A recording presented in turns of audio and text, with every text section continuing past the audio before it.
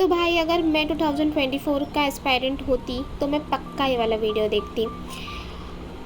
ये वाले में बात क्यों कर रही हूँ? This is because it's very very normal in SSC की पीवाईक्यूज रिपीट होते हैं।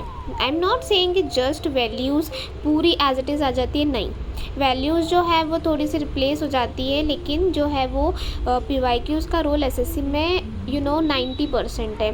तो यहाँ पे इस वीडियो में मैं 2023 का पार्ट 1 मैंने पहले ही अपलोड कर दिया। दिस इज़ पार्ट 2 जहाँ पे हम 9th क्वेश्चन से 25th क्वेश्चन तक की बात करेंगे एंड क्वेश्चन सॉल्व करेंगे। तो ये वाला क्वेश्चन टाइम एंड वर्क का है, जहाँ पे 8 मैन ने 45 डेज़ में कंप्लीट किया है, 8 वीमेन ने 18 डेज़ में। तो हम उनको इक्वेट कर देंगे क्योंकि उनका वर्क तो सेम है।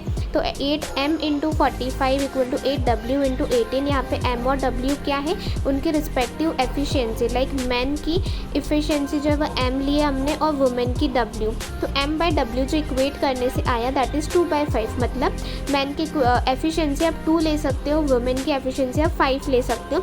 तो टोटल वर्क कैसे निकालेंगे हम? 8 मैन थे, उसमें से एक मैन की एफिशिएंसी 2 थी, तो टोटल 8 मैन की एफिशिएंसी कितनी आ गई? 16 × 45 क्यों किया? क्योंकि उन्होंने 45 डेज़ काम किया था। तो टोटल वर्क निकल जाएगा। उसके बाद उन्होंने पूछा है क्वेश्चन में 5 मैन प्लस 8 वीमेन। तो 8 वीमेन पूछा है ना, तो कैसे करेंगे आप? 5 × 2 प्लस 8 × 5, उनकी एफिशिएंसी को इंटू कर दिया। ठीक है, तो टोटल जो डेज उनके लगेंगे, टोटल वर्क अपॉन में total efficiency, that is 72/5। Fourth option is correct. Now proceeding to 10th question, that is 7b - 1/4b is 7। देखो अलजेब्रा के क्वेश्चन होते हैं ना, उनमें थोड़ा बहुत दिमाग लगाना पड़ता है। अभी इसमें आप देखोगे उन्होंने पूछा क्या है, 16b² + 1/49b²। अभी यहाँ पे आप स्क्वायर देखो कि यहाँ पे 4b का स्क्वायर 16b² होता है, 1/79b का स्क्वायर 1/49b² होता है। मतलब अगर आपको दिया हुआ 7b लेकिन आपको चाहिए 4b, तो आप क्या करोगे? डिवाइडेड बाय 7 करोगे और इंटू 4 करोगे। तो फर्स्ट टर्म में क्या आ गया? फर्स्ट टर्म में 4b आ गया। और अगर आप सेम चीज़ करोगे 4/7 मल्टीप्लाई, तो सेकंड टर्म में आप देखोगे तो नीचे जो है वो 7 चला जाएगा, तो 1/7 भी आ गया जो हमको चाहिए था। इसलिए हमने मल्टीप्लाई बाय 4/7 किया है, जिसके कारण जो इक्वेशन है वो क्या बन गई? b - 1/7b 4। अब सीधी सी बात है, आपने पढ़ा होगा x - 1/x अगर कुछ भी दिया है, फॉर एग्जाम्पल हमने g ले लिया, तो x² + 1/x² क्या हो जाता है? g² + 2g into coefficient. अब ये कोफिशेंट क्या है? देखो x - 1/x, इसमें कोफिशेंट x का क्या है? 1 है। 1/x का कोफिशेंट क्या है? 1 है। ठीक है, तो इन द सेम वे अगर यहाँ पे आप देखोगे b - 1/7b, देखो माइनस काउंट नहीं होगा क्योंकि हम x - 1/x की ही बात कर रहे हैं। तो b जो फर्स्ट टाइम उसका कोफिशिएंट हो गया 1, और जो है वो 1/b का कोफिशिएंट देखो 7 है। तो हम क्या करेंगे? 4 × 1/7, क्योंकि 1/7 कोफिशिएंट किसका है? b का ना। तो इसीलिए हमने क्या किया है, उसको इंटू कर दिया, जिससे आंसर 120/7 आ गया है। 11th क्वेश्चन पे बढ़ते हैं। और आपको अगर इस अलजेब्रा के क्वेश्चन में कुछ भी डाउट है तो you can ask me in the comment section, क्योंकि ये मैंने थोड़ा सा बेसिक टर्म्स मुझे लगा आपको आता होगा तो उस हिसाब से बताया। अगर बेसिक में थोड़े से भी डाउट्स है you can definitely ask me and I can make a video on that. So moving to 11th question, cos theta जो है वो √3/2 दे रखा है, सॉरी, एंड जो जिसकी वजह से थीटा हम 30 मान सकते हैं। क्यों? क्योंकि cos 60 की वैल्यू तो 1/2 होती है। तो अगर cos √3/2 दे रखा है, cos theta = √3/2, that means theta जो है 30 आ गया। tan² थीटा × cos² थीटा पूछा था, जो हम डायरेक्टली वैल्यूज निकाल लेंगे। जैसे 1/4 is the answer. 12th question में a = 95% ऑफ b बोला है, तो a/b क्या हो जाएगा? 95/100, दैट इज 19/20। अभी क्या पूछा है क्वेश्चन में कि b जो है वो a का कितना परसेंट है, मतलब b a का कितना परसेंट। तो हम किससे कंपेयर कर रहे हैं? ए से कंपेयर करें। और ये याद रखना इन क्वेश्चंस में जिससे कंपेयर करते हैं वो नीचे जाता है, ठीक है। जैसे यहाँ पे ए से कंपेयर किया है तो वो नीचे जाएगा, बी का कंपैरिजन किया है, ठीक है, तो वो ऊपर जाएगा। ऐसे याद रख लो कि मेरा कंपैरिजन अगर मेरी बहन से हो रहा है तो उसको ना मैं नीचे रखूँगी क्योंकि तेरे कारण मेरा कंपैरिजन हो रहा है, ठीक है, और मेरा कंपैरिजन हो रहा है तो मैं ऊपर रखूँगी क्योंकि मैं विक्टिम हूँ। तो इस वजह से बी जो है वो ऊपर आ गया 20, नीचे आ गया 19 क्योंकि ए से कंपेयर हो रहा था, इनटू 100 क्योंकि परसेंटेज पूछा है, दैट इज़ 2000/19, जो कि ये जो मिक्स फ्रैक्शन में आप इसको कन्वर्ट कर सकते हो वेरी इजी। 1055/19 जो है वो आंसर हो जाएगा।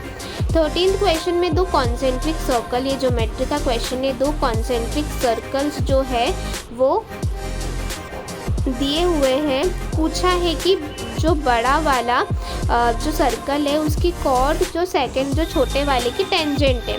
तो इसमें हमेशा जो डायग्राम है वो ऐसा ही बनाना जब कॉन्सेंट्रिक सर्कल और बोला हो कि सेकंड वाले की टेंजेंट जो है वो बड़े वाले की कॉर्ड हो। बेसिकली उनने रेडियस दिया हुआ है बिगर सर्कल का, रेडियस दिया हुआ है छोटे सर्कल का, तो आप इसको ऐसे बना सकते हो। तो आपको क्लियरली दिख जाएगा कि एक राइट एंगल ट्रायंगल बना हुआ है जिसमें 10, 6 और 8 जो है वो एक ट्रिपलेट बनाते हैं। क्यों? क्योंकि आपको इतना याद होगा कि 3, 4, 5 ट्रिपलेट बनाते हैं, तो उनका कोई भी जो है वो मल्टीपल वो भी ट्रिपलेट ही बनाएगा। तो वहाँ पे इंटू 2 किया था, इसलिए जो था वो 6, 8 और 10 जो है वो ट्रिपलेट बना रहे हैं। Now 14th question, this is a very basic question of algebra जिसमें हमको बस वैल्यूज़ पुट करना है, किसकी, x की और y की। देखो x की वैल्यू -4 दी हुई है, y की वैल्यू -1 दिए, just put the values and you will get the answers.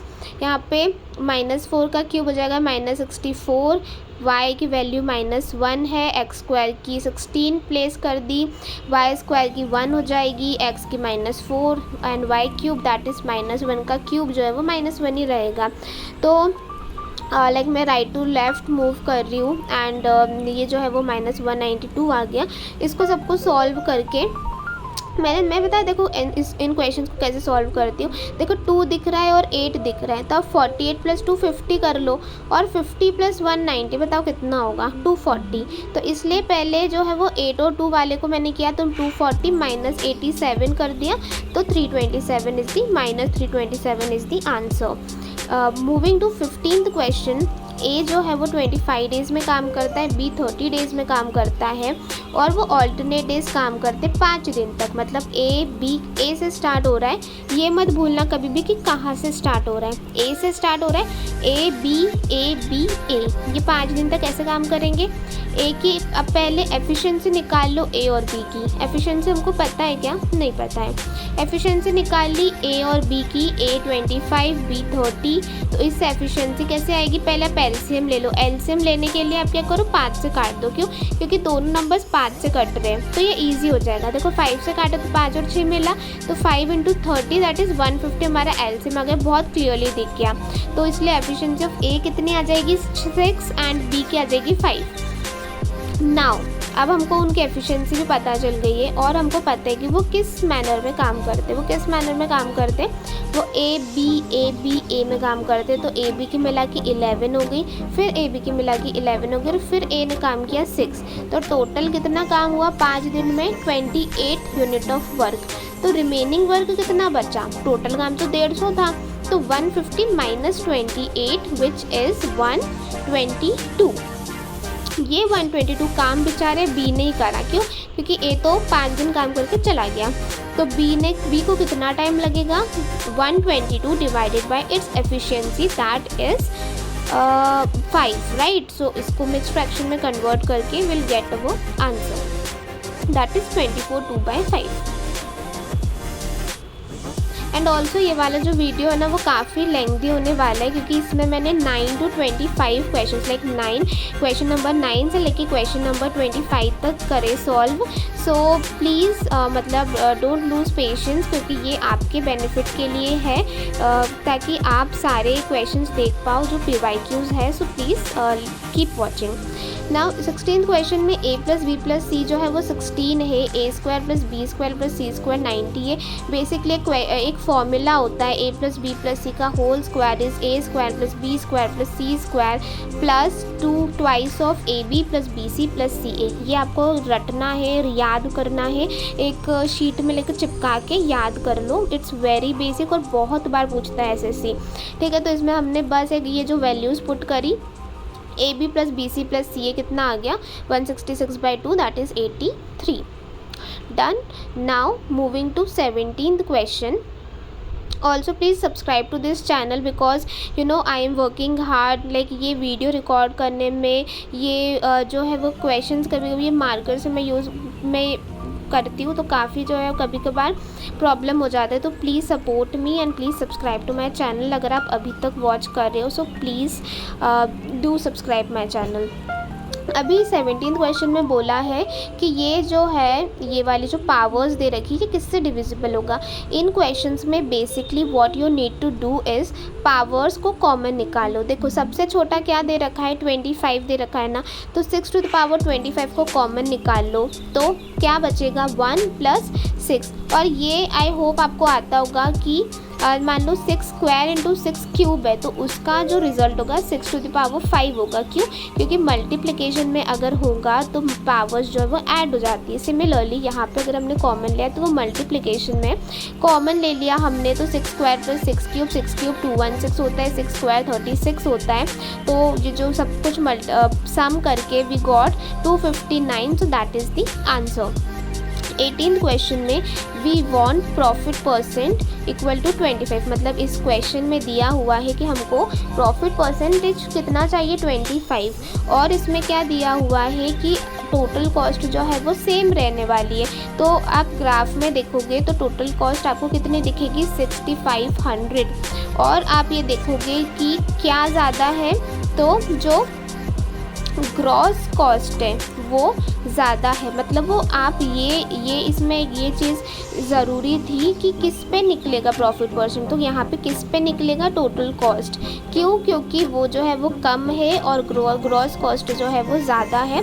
सो 125 क्या है 125 जो है वो क्या हो जाएगा, क्योंकि हमको 125% चाहिए क्योंकि हमको प्रॉफिट चाहिए तो 100% तो वो जो था उतना तो मुझे चाहिए मुझे 25% और चाहिए, इसलिए मैं 125% निकाल लेती हूँ 6500 का, दैट इज़ 8125। और बेसिकली अगर आपने प्रॉफिट एंड लॉस अच्छे से किया है तो आपको पता है कि फॉर एग्जांपल अगर CP 100 है और हमको प्रॉफिट 25% चाहिए तो आप SP कितना लोगे, क्योंकि आपको 100 तो चाहिए, आपको 100 का 25% दैट इज़ 25 भी चाहिए, इसलिए आप जो है वो SP को कितना रखोगे 125। द सेम वे मैंने वहाँ पे वो यूज़ किया था। I hope I am very clear. 19th question में एक टेंजेंट है और एक ये सीकेंट बना रखा है।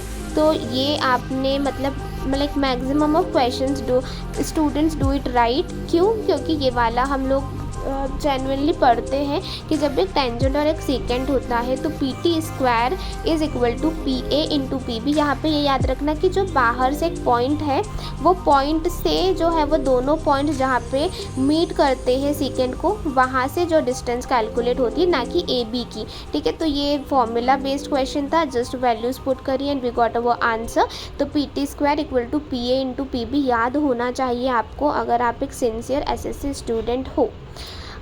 I hope I am very clear till now. Now 20th question is sin of A plus B is 1, cos of A minus B is 1/2। देखो A plus B 90 आ गया क्योंकि sin जो है वो 1 A plus 90 पे ही होता है और cos A minus B जो है 1/2, तो A minus B कितना आ गया 60 आ गया, तो उन दोनों को ऐड कर दिया तो उससे 2A 150 आ गया, that is A is equal to 75।